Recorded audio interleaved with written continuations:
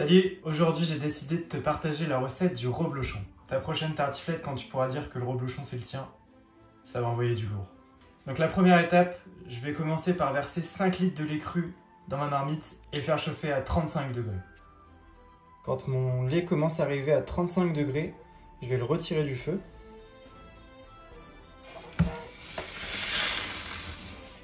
Une fois hors du feu, je continue à remuer et je reprends la température pour vérifier que j'ai bien atteint les 35 degrés. Il faut que j'harmonise mon lait pour être sûr de ça.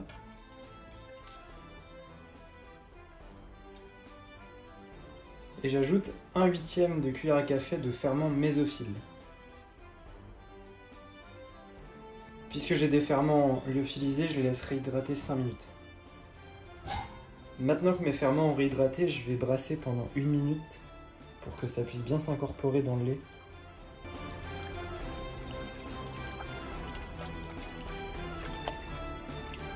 Et je vais laisser tout ça reposer pendant 30 minutes. 30 minutes plus tard, c'est le temps de mettre la présure. Comme j'ai 5 litres, moi c'est 20 gouttes que je vais devoir mettre à l'intérieur. Donc j'effectue un petit mouvement pour que la présure s'intègre bien. Et maintenant je vais brasser pendant à peu près 1 minute, mais très délicatement. 1 minute plus tard, j'essaye de faire en sorte que le lait n'ait plus de mouvement. Et je vais recouvrir tout ça pendant 45 minutes.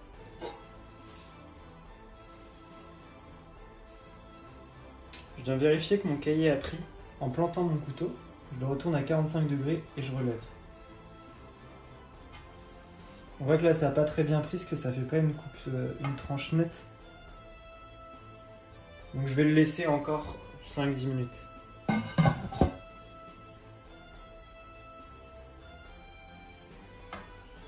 Cette fois c'est bon, on a une tranche de cahier qui est nette. Je vais découper mon cahier en cubes de 1 cm de côté environ.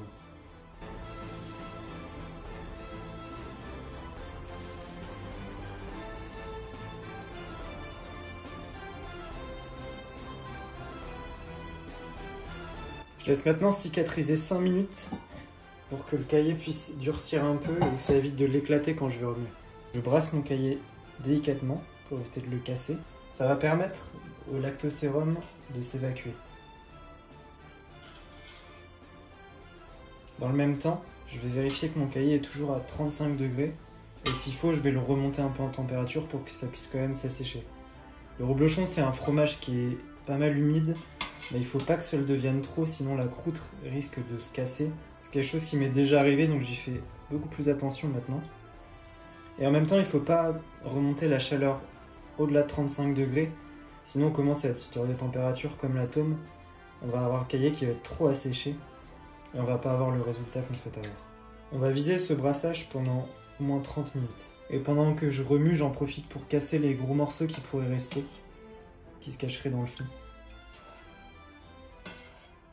À la fin des 30 minutes de brassage, je vais laisser retomber le cahier dans le fond, pour plus facilement le séparer.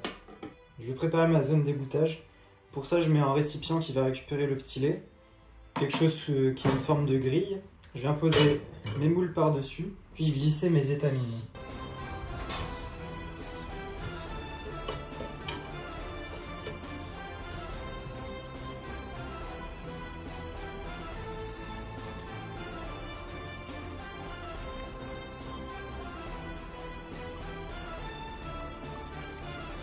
Je vais venir presser légèrement mon cahier pour évacuer le lactosérum au maximum. Je recouvre avec l'étamine. Je mets un couvercle. Je vais venir placer des pois légers. Ces pois, ils font à peu près 400 ou 500 grammes. Je vais laisser ça pendant 15 minutes. Je vais procéder au premier retournement.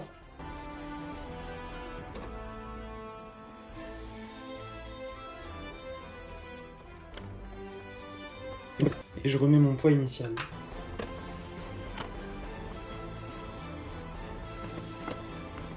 Deuxième retournement.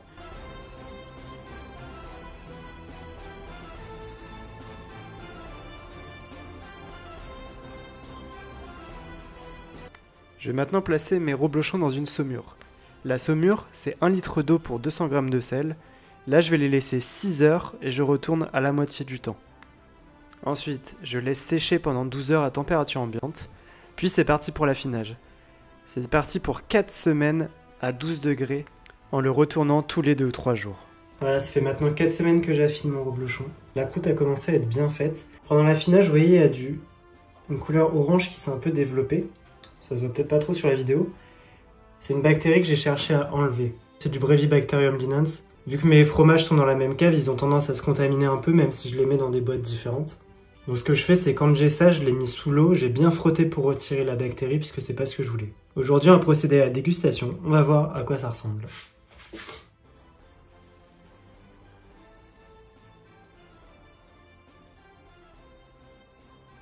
Bon, bah on est plutôt sur quelque chose de réussi. Comme vous voyez, on a une texture qui est bien humide, mais qui se tient. Là, on est vraiment sur un type reblochon. Sur les bords, vous voyez, ça a commencé à être bien coulant. Donc avec un petit peu plus d'affinage, c'est vrai que j'aurais obtenu quelque chose d'encore plus coulant. Mais moi, la texture me va.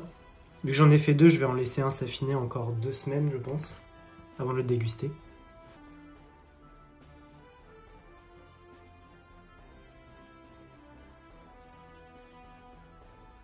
Donc voilà, niveau texture, on est vraiment sur une texture de reblochon. Quelque chose de mou, de coulant. On a un goût caractéristique du reblochon. Je vais m'en régaler. Si ça t'intéresse de faire ton fromage comme je le fais, tu retrouveras en description mon site internet avec des kits qui te permettront de réaliser tes fromages à la maison. Celui-là, il est réalisable à partir du kit pour les tomes. Tu peux adapter la recette. Et tu trouveras aussi mon e-book avec les recettes de ce fromage précisément que tu pourras réaliser chez toi. À bientôt pour une prochaine recette.